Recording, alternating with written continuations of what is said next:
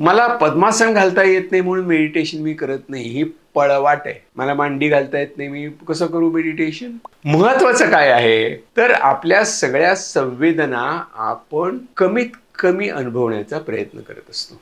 आणि त्याच्याकरता काही अगदी बेसिक गोष्टी आहेत. ते म्हणजे आपले खांदे रिलॅक्स पाहिजेत, म्हणजे छाती थोडी पुढे, खांदे मागे आणि रिलॅक्स. टाईट असं नाही बसायचं, थोडे खांदे मागे घ्यायचे की मानेवरचा ताण कमी होतो. चिन थोडी खाली घ्यायची, सरळ नजर ठेवायची.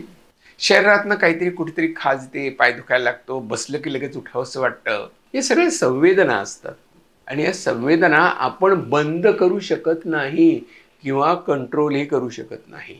मग आपण करतो काय? कारण सगळे लोक म्हणतात ते थांबत नाही तो विचार. अरे विचार कसे थांबतील? विचार नाही थांबत. आणि समजा तुझे विचार थांबले तरी हा मनात विचार पक्काच राहतो ना, मी विचार करत नाहीये. अरे हा पण एक विचारच आहे ना. म्हणजे काय, विचारांचा वेग मंदावतो, कमीत कमी होत जातो. विचार असे आकाशातले ढग, जसे स्वच्छ पांढरे ढग हळूहळू विरत जातात, धुकं विरत जातं, तशा प्रकारे आपले विचार विरत जात असतात. म्हणजे आधी समजून घ्यायचं की विचार कंट्रोल केले पाहिजे. नो, विचारांना सोडून द्यायचं असतं, आपोआप जातात.